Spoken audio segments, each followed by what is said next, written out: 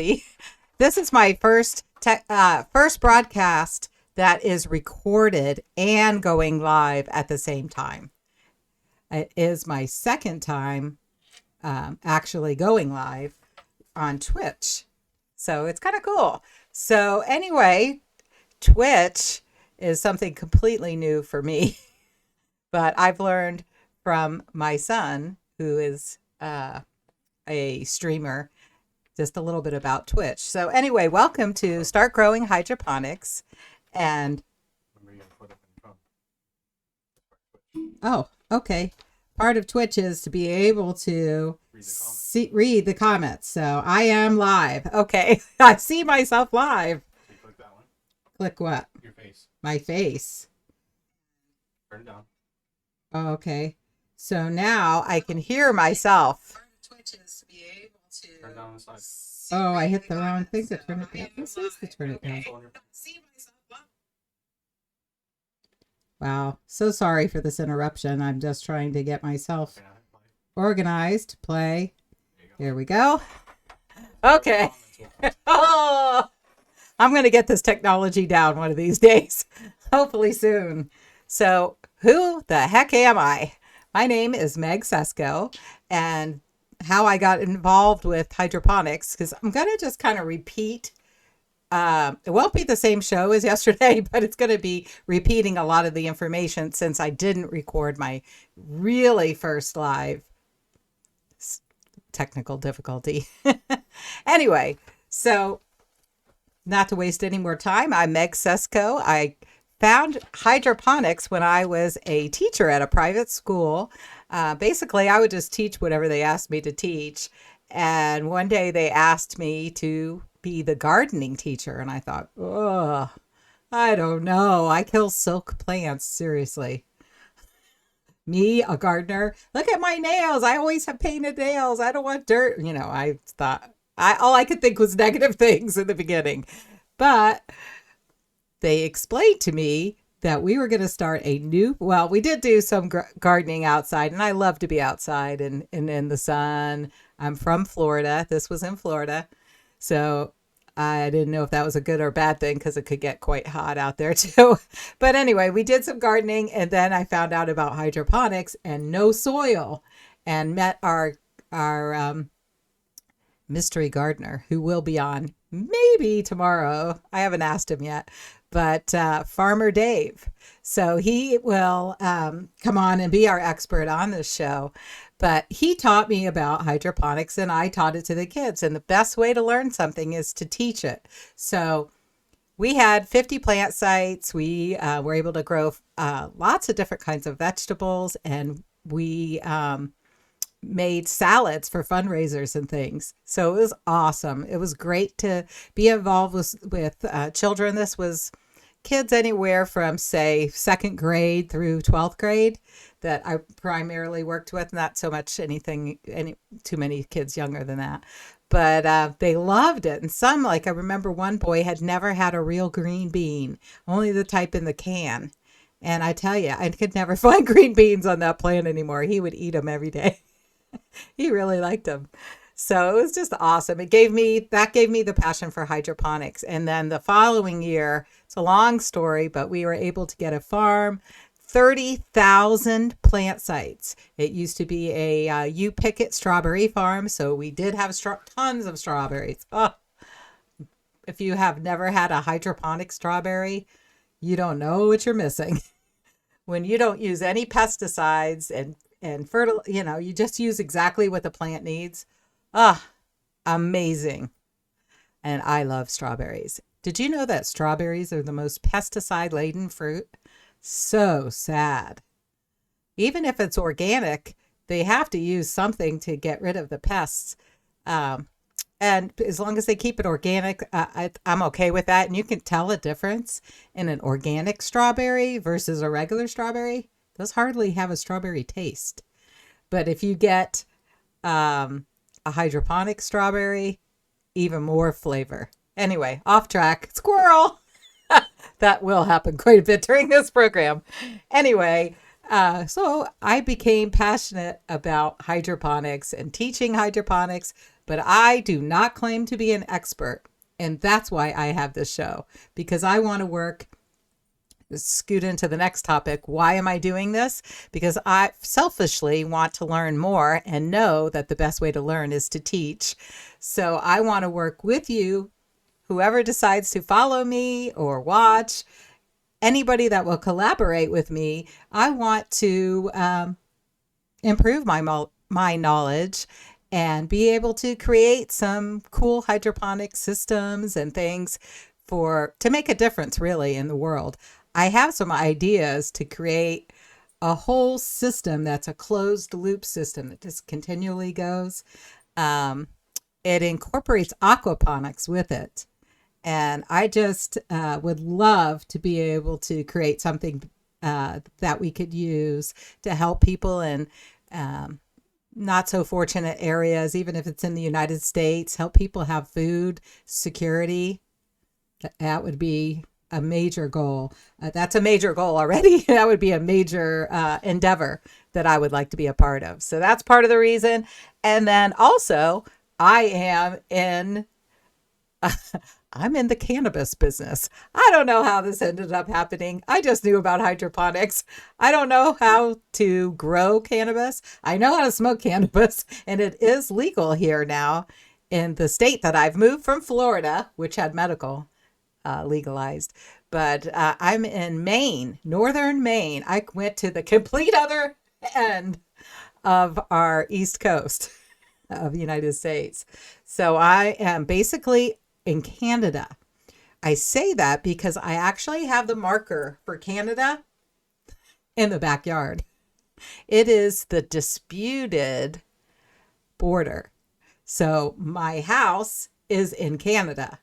The garage, that's a detached garage, is in the United States. So I am literally on the border. But the not disputed, undisputed border is the river now. So that is stone's throw from my house. So I'm way out of my element. I'm used to hot sunshine, and this is going to be freezing cold. So this is going to be a definite learning curve for me. So I do want to learn how to grow cannabis hydroponically. I know that is the best way to grow it. We have started a business. We have a license. We have a property. We'll be building our own farm.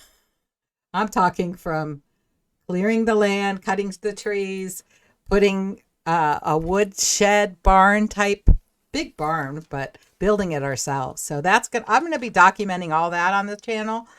And this leads me to, are you an innie or an outie?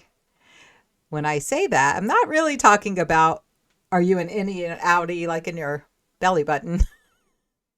But do you grow indoors or outdoors? Which do you prefer? Now, I always did hydroponics outside. I was in Florida. I'm not going to be growing anything outside in northern Maine, especially this time of year or any time for the next 6 months. So we are going to be innies. And I think that's my preference. After researching somewhat about the conditions, it's much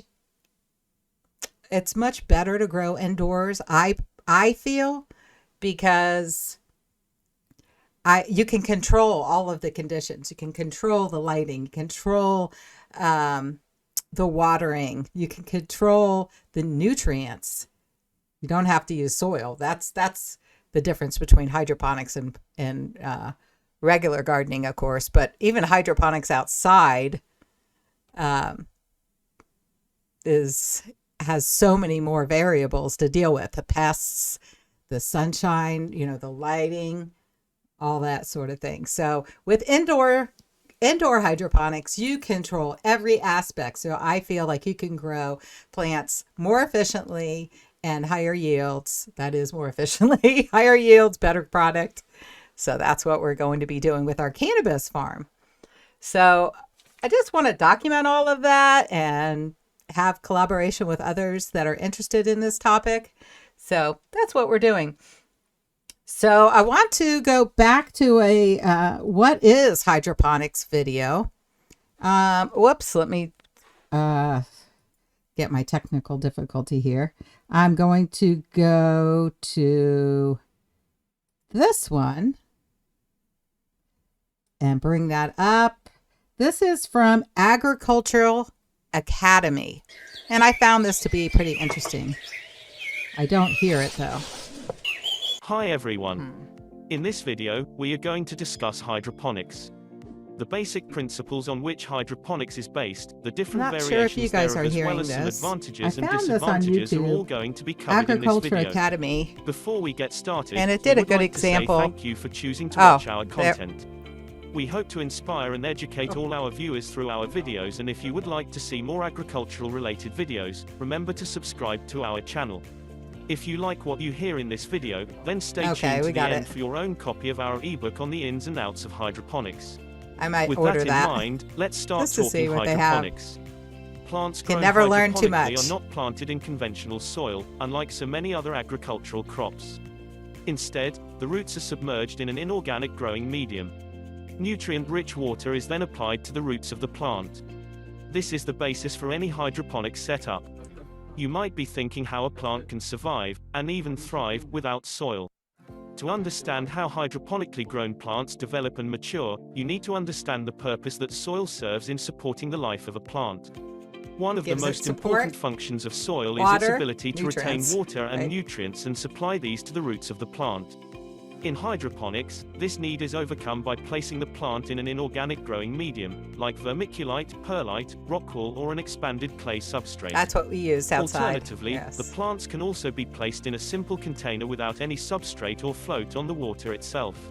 The nutrient demands of the plants are then met through regular applications of a nutrient solution to the root zone of the plant. A beginner can get easily confused and overwhelmed with all the variations of the hydroponic method. So, let's take a look at the different hydroponic applications that you can try out. 1. The nutrient film technique. In this setup, plants are placed in sloping hollow pipes or channels. Nutrified water is continuously pumped through the channels over the root system. There is no need for additional growing medium like vermiculite or rockwool. The NFT is a closed system that recirculates water throughout the channels by pumping it first to the upper or higher ends of the channels that then flows down the slope. So I just want to stop that for a second to also bring up the fact that I learned just recently that we will be using our water, reusing it over and over again. So with hydroponics indoors, you can say you give your plants 50 gallons, for example, of water, nutrient, right? That water will be absorbed into the plant, then it will be transpired by the plant, and it will get absorbed by the air conditioning system, and then the air conditioning, or in this case mini splits they're called, they will have a water runoff, and we will collect that water. And guess how much? If you put in 50 gallons of water to water your plants, guess how much comes out of the air conditioner? Amazingly, 50 gallons. That just is amazing to me. So we can reuse all of our water. We're going to put it through an RO system, reverse osmosis system, make sure it's super clean, add our nutrient, water the plants, and just circle it back. So circle back, ain't no circle back, girl. No, definitely not. But the water will recirculate. We can use it over again. So that's awesome. I think that's really cool. Did you know that using hydroponic systems can save you inside like this, can save you 90 to 95% of the water of traditional gardening? Yes. So that's another big benefit. Let me go ahead and put this back on. 2. Wick Systems. This is one of the simplest hydroponic setups and is perfect for beginners. A reservoir of nutrient-enriched water is placed underneath the plants. There is a wick that extends from the growing medium downwards into the reservoir. The water moves through capillary action from the reservoir into the growing medium and keeps the roots nourished and moist. Little specialist equipment is needed for this design, and it is very easy to DIY with some buckets, rope and a drill. 3. Ebb and flow. Also known I do as like the this flood and one. drain system, Flood and drain. plants embedded in a growing medium are placed over a reservoir filled with nutrient water. A pump periodically forces the water up into the section housing the plants. The pump is then turned off and the water gradually flows back into the reservoir. This is another simple technique, and apart from the pump and piping, little expert equipment is required for success. So just to comment on that one, this may be what, because not only am I going to grow commercially with cannabis, which will be one whole separate system, but also I would like to be able to grow just some food at home. So this might be an excellent system for a home or a hobbyist, just if you want to provide some food for yourself indoors. I think this seems like an easy system, but we're going to find out. 4. Deep water culture. Here, plants are placed in pots with growing media or lightweight covers that float on the water's surface. The plant's roots then grow into the water. A pump oxygenates the water to keep the roots healthy, but apart from that, no other mechanization is required. This makes the deep water culture system great for beginners or DIY projects. 5. Drip systems. This technique makes use of drip lines and a pump that transports water from an underlying reservoir into the growing media encasing the plants above. Usually, a dripper will be allocated to each plant, which allows for the fine-tuning of nutrient concentrations and watering intensity. The water can be recycled, which saves time and money, or it can be siphoned out the system, which maintains the optimal nutrient concentrations in the reservoir. 6. Aeroponics. Here, plants are suspended in the air vertically or horizontally. A pump then delivers a misting of nutrient media to the roots of the plants at scheduled intervals or on a continuous basis, depending on the needs of the plant. This is a more advanced system requiring pumps, misters and timers, among other equipment, and should only be considered by expert growers to make the investment worthwhile. No matter the type of hydroponics system you decide on, you will always have to consider the advantages and disadvantages before you start your production. Let's start with the positives of growing plants hydroponically. Firstly, you can set up a hydroponic operation, big or small, almost anywhere. Because no soil is needed, you can grow a considerable number of plants indoors even. Yes, all those unused shopping centers. Plants are kept compact. Things like that, big buildings. This is possible because when they are provided with the perfect amount of water and nutrients, roots do not need to grow in search of more. You will also be free from the constraints of poor soil conditions and environmental pollutants, allowing you to grow almost any herb or leafy vegetable anywhere. The money saved on water and nutrient inputs is another advantage offered to hydroponic growers. In conventional agriculture, most of the water and nutrients applied to the plants is lost through drainage, runoff, and evaporation. In hydroponics, this problem is overcome by applying only the exact amount of water and nutrients needed by the plants.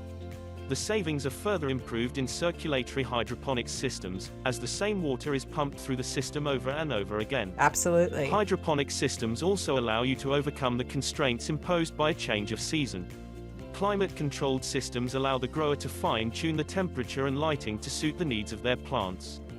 This can open up the possibility of producing crops in their off-season, which can ensure you receive a premium for your harvest and limit the need for expensive and polluting international air freight. The climate control also means that plants grow faster. Because you can alter the environmental conditions as needed, the plants can always be provided with the optimal conditions for growth. The lack of soil will also eliminate any soil-borne diseases or weed infestations. So many advantages. If this problem advantages. is solved, then the money spent on the usual control methods will no longer be required. The labor and time spent mitigating pest and weed problems will also be removed. These savings can either be reinvested into expanding production, or it will result in improved profit margins.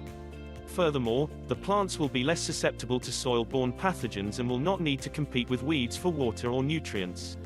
Lastly, you will be able to change crops or cultivars easily and quickly if market demand fluctuates away from or towards certain products. So that's an important point too. You can grow whatever the market demands, and you can grow it faster than someone could if they wanted to grow something outdoors. But also, if we grew more of our fruits and vegetables hydroponically, think about how we could take care of the soil so much better. Our soil is so drained that it's just, stripped of all the nutrients. But if we could rely more on indoor hydroponic gardening, we could rejuvenate some of the soil so that it can provide better yields for potatoes and things that are root vegetables that really do need to be grown in the ground. Can't really grow root vegetables in hydroponics, but you certainly can still grow them indoors. But something else that I notice, mostly when you do see hydroponic systems, they're always showing you lettuce.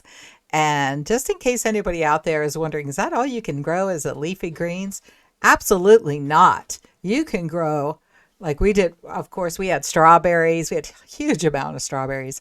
But we grew green beans, tomatoes, squash, all different kinds of leafy vegetables, all kinds of herbs, eggplant. Of course, you've got all your kales and things like that. We had I think it was Brussels sprouts. I'm not 100% on that.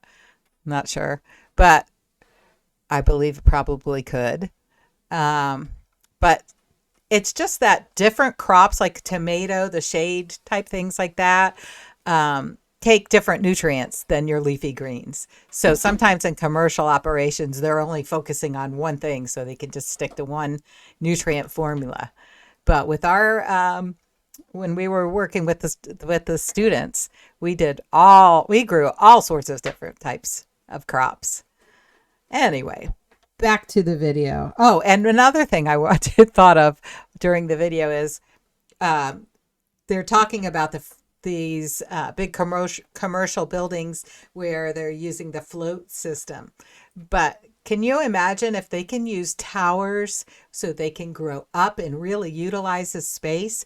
We had, there would be pots, 4 or 5 pots high, so 16 to 20 plant sites per stand.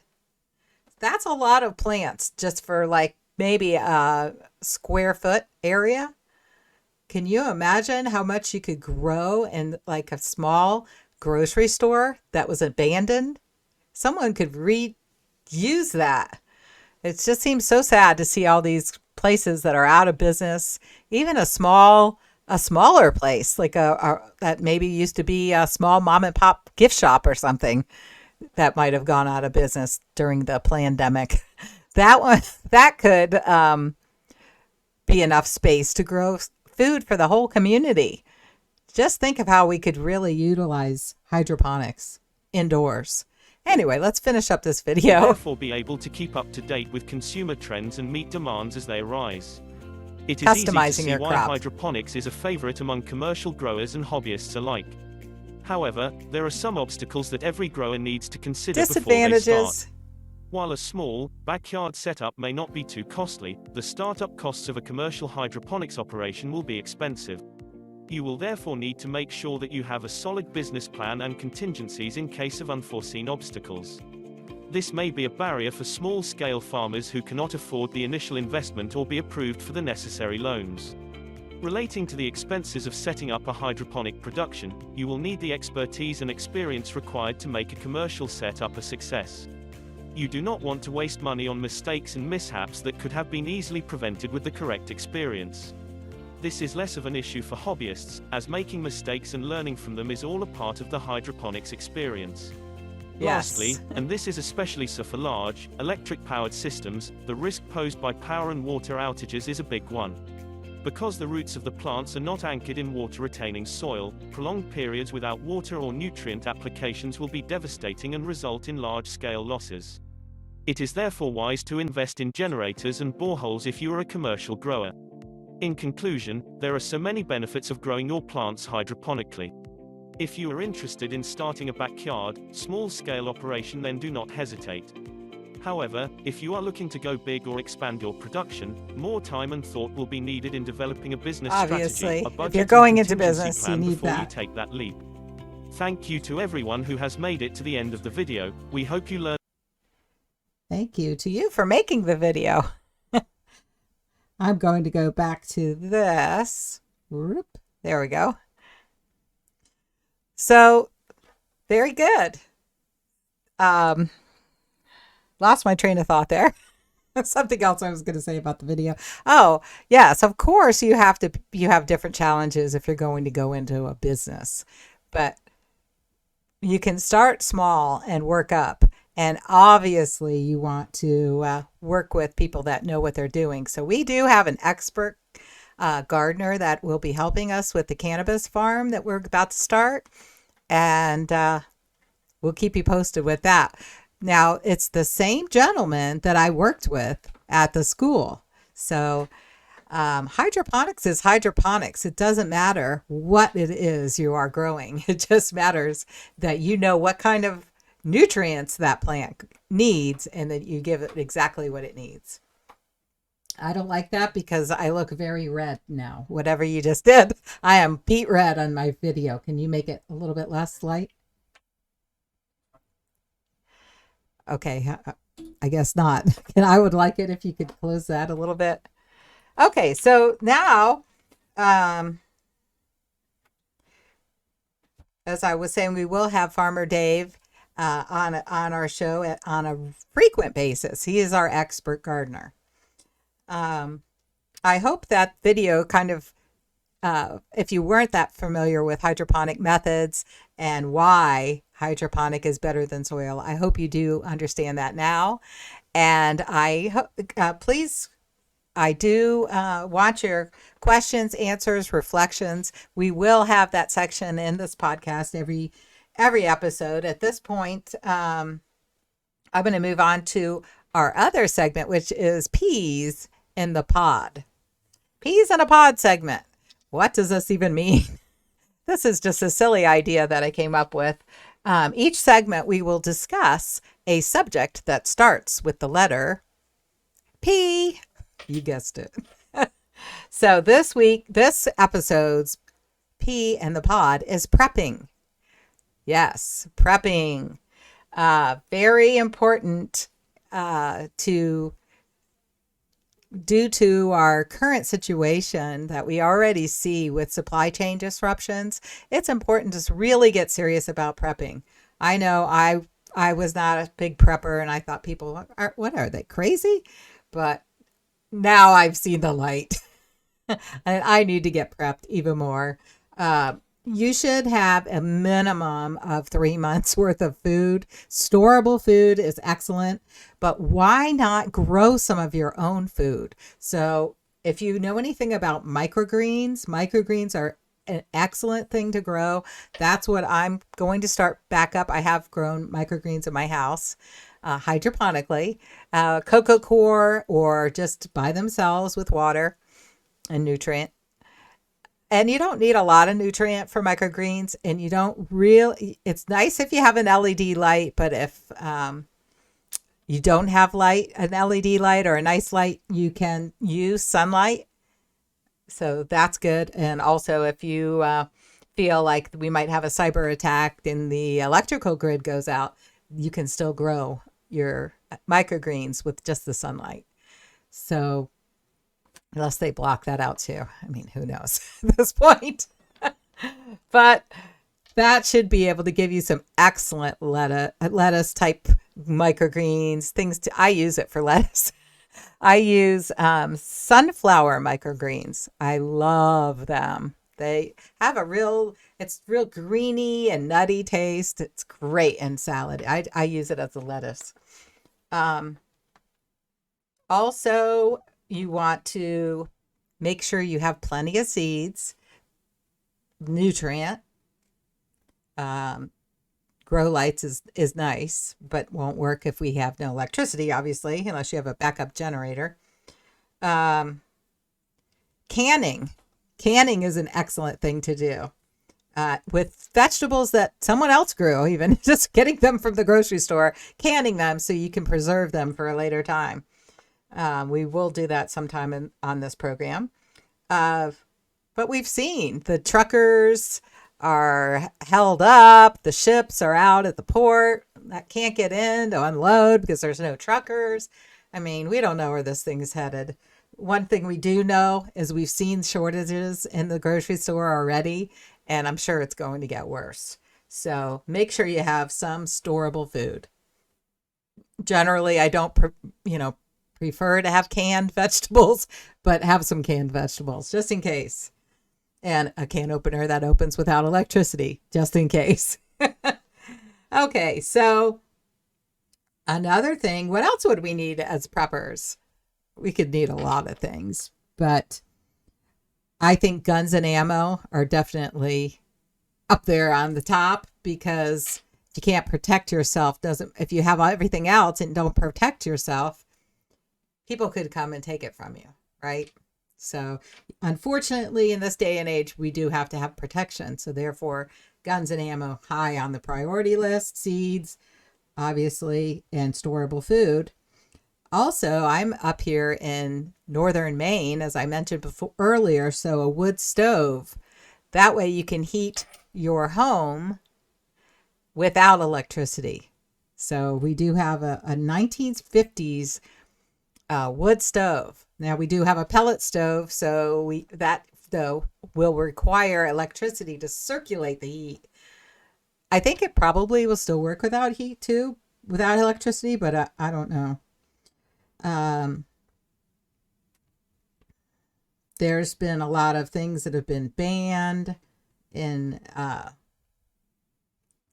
they banned some fertilizers in China. Who knows? It just seems like I don't want to be the conspiracy theorist, but it seems like there's a lot of stuff up with our supply chain.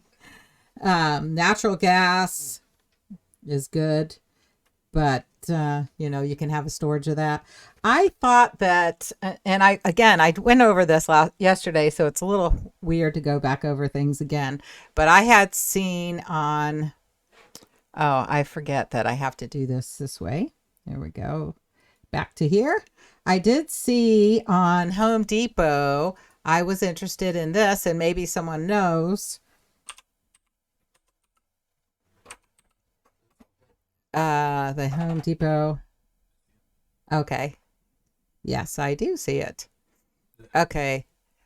So anyway, what I wanted to show you is I was looking up a solar generator.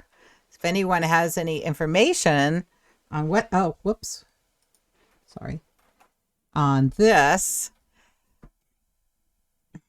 That does not help. It does not at all. You're supposed to go back to Chrome now.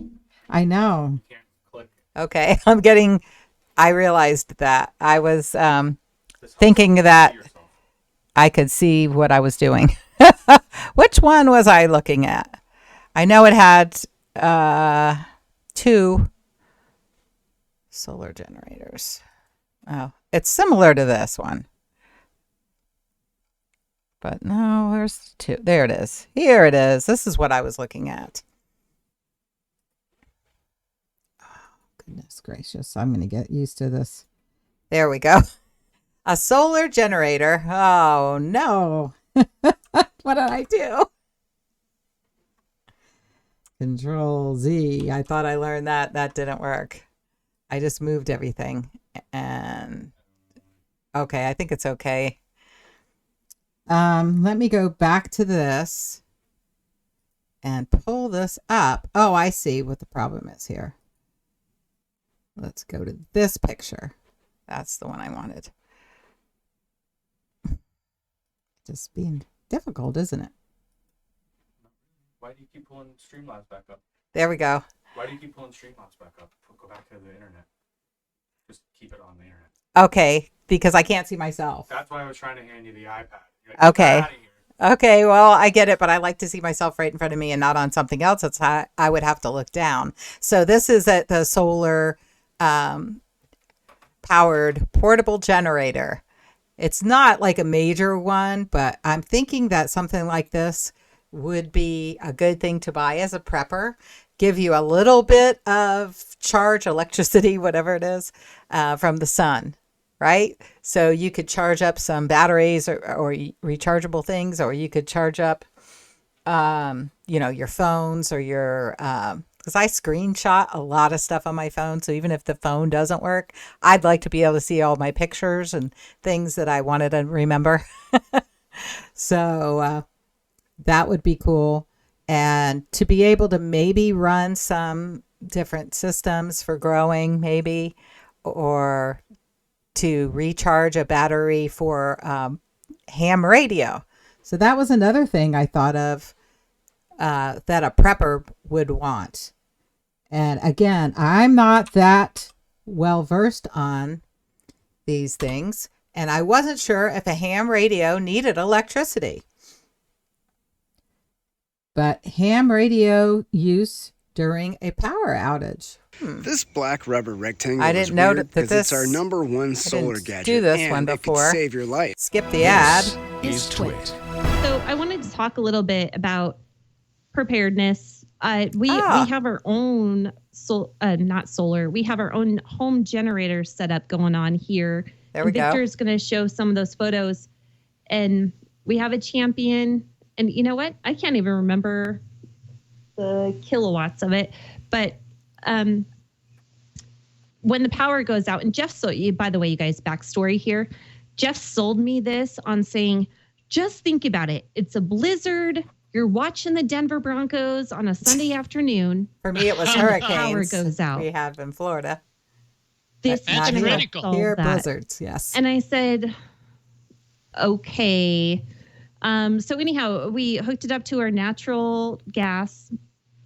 And that's just our little box there that when it flips over, you can see that there's part of the generator there. We had a friend come over and help us hook that's it up to our natural gas line, which was great. But when you run out of only natural power one time. gas in a pandemic, then that's not going to help you after too long. That's why I want to go with solar, because I don't think they're going to turn off the sun. But No, that was a good test. There you go. So the generator just kicked on, and now we're on generator power. So kind of fun. So she's doing That's it on great. generator power. Great. On backup power, know which ones are on solar, know which ones are on battery, and which ones are on propane generators. So, and then you put that into place, and then you kind of organize what you're going to do from there.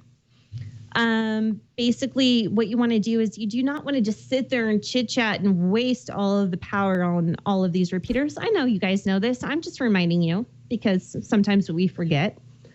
But do like an hourly check-in or something like that. Don't just continuously talk because they are going to run out of power, and they're usually on a shared site. So if it's with a radio station that's transmitting 50,000 watts, you're not going to last that long. And they don't always have resources to get gas back up there to refuel these generators. So just think about those Especially things. if the gas pumps don't work because there's no electricity. Or your Aries groups, and you kind of work on that plan and say, well, we'll have a net control and we'll put them in place and we'll take a check-in at the top of every hour or at the bottom of every hour, or go back and forth between repeater systems and work it out. But don't just always go on there. What's going on out there? How's the weather?